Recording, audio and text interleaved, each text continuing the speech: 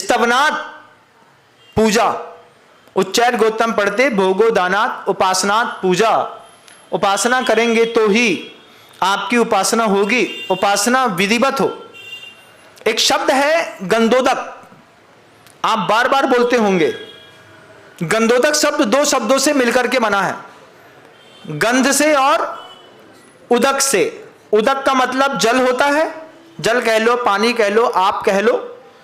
तो उदक का मतलब जल है, और गंध का मतलब है उस प्रभु का जल जो है वो थोड़ा सुगंधित होता है, तो उसमें कोई प्रकार की गंध मिलाई जाती है।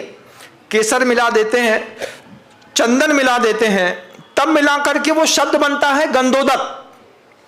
आपने कहा महाराज गंधोदक है, गंधोदक है तो इसमें उदक तो है, लेकिन गंध कहाँ है? अरे वो महाराज गंध आप समझ लीजिए अपने आप, लौंग डाल दिया है, लौंग की गंध आएगी, ऐसा होता नहीं। बढ़िया केसर से वहां पर स्वास्तिक बनाते हैं, केसर से स्वास्तिक स्तवना सही ढंग से पूजा करोगे, सही ढंग से पूजा होगी। और नहीं तो पूजा शब्द के भी कई अर्थ होते हैं। क्या होता है, रास्ते में भी पूजा होती है ना। महाराज मान ही नहीं रहा था, फिर कहीं नहीं महाराज पियो पूजा करी होगी, थाका वो जिंदगी भर याद रखा नहीं, माने कई हो गया है। क्या है, पूजा शब्द के कई अर्थ हैं। मंदिर की पूजा अलग है, रोड की पूजा अलग है, घर में पेट पूजा अलग है। अब आपकी कौन सी पूजा हो रही है आप लोग जानिएगा। रामचंद्र जी, लक्ष्मण, सीता अयोध्या के से वनवास के लिए निकले हैं, अपने साथ में शक्ति लेकर के निकले हैं। जितना काल घर के अंदर रहे उतने काल तक उच्च गोत्र के लिए नमस्कार नमोस्तु करते रहे। अभी तो नमस्कार की एक विधि बोली, नमोस्तु कर बैठ के नमोस्तु करने की। आगम ग्रंथ कहता है समगम समगम पत्तेकम पत्तेकम। ये क्या शब्द है महाराज जी? ये वो शब्द है साहब कि भगवान की एक ही तो वेदी है आपके पास। अभी आपसे पूछे कि एक वेदी पे कितने भगवान जी बैठे हैं, बताओ कितने बैठे हैं? 55 भगवान बैठे हैं। इससे ज्यादा तो अभी 78 भगवान हम 20 पंथी मंदिर में देख करके आ रहे हैं। बहुत कंजेस्टेड थे भगवान। मैं ऊपर चढ़ा तो मुझसे बोलते थोड़ा सा फैला दे मेरे को। हमने कहा जगह ही नहीं है तुम्हारे बारे में, मैं क्या करूंगा, हम कुछ नहीं जानते, हमने तो नमोस्तु करी और चले आए। हमने कहा आप जानो, आपका काम जाने। लेकिन होता क्या है आप देखिएगा, दो शब्द हैं, एक है समगम समगम, एक है पत्तेकम पत्तेकम। कि 55 भगवान आपके एक वेदी में बैठे हैं, कम से कम 55 बार खड़े होना है, बैठ करके नमोस्तु करना है हर भगवान को एक बार। यह भी बहुत बड़ी साधना है।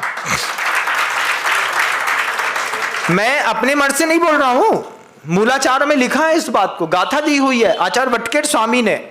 आगम तो मानते हो कि नहीं मानते? आगम तो मानते ना? हाँ, आगम तो मानना चाहिए।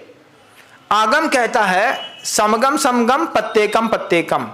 पहले 55 बार उठक बैठक लगा करके एक एक भगवान को एक बार नमोस्तु कर लो, उसके बाद एक साथ सबको एक बार और कर लो, ऐसा हाथ जोड़ करके घुमा करके, तब जाकर के स्तवन होगा। कभी किया है? कर पाओगे? ना हो पाएगा महाराज। 55 बार खड़े होंगे और बैठेंगे तो 56 बार उठेंगे नहीं, बैठे ही जाएंगे हम। आपकी स्थिति देखिए।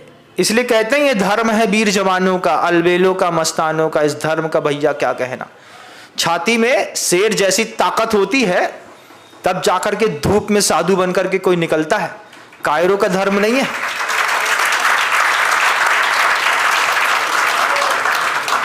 और गृहस्थ भी बड़ा दमदार रहता है।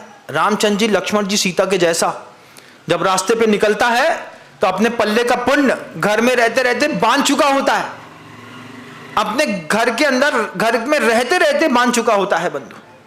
और भी कुछ कहना है, लेकिन समय की सीमाएं होती हैं। शब्दों को बीच में विश्राम दे रहा हूं।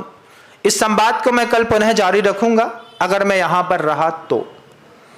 महाराज रुक जाइए, अभी तो रुके हैं, आज तो हैं, अभी देखते हैं कल कैसा होता है।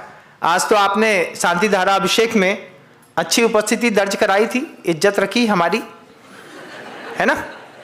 150 घर के लोग हैं, 150 लोग कल भी आ जाएं तो अच्छा लगेगा। अभी 24 घंटा है आपके पास, पुरुषार्थ करिएगा, महाराज ने बुलाया है।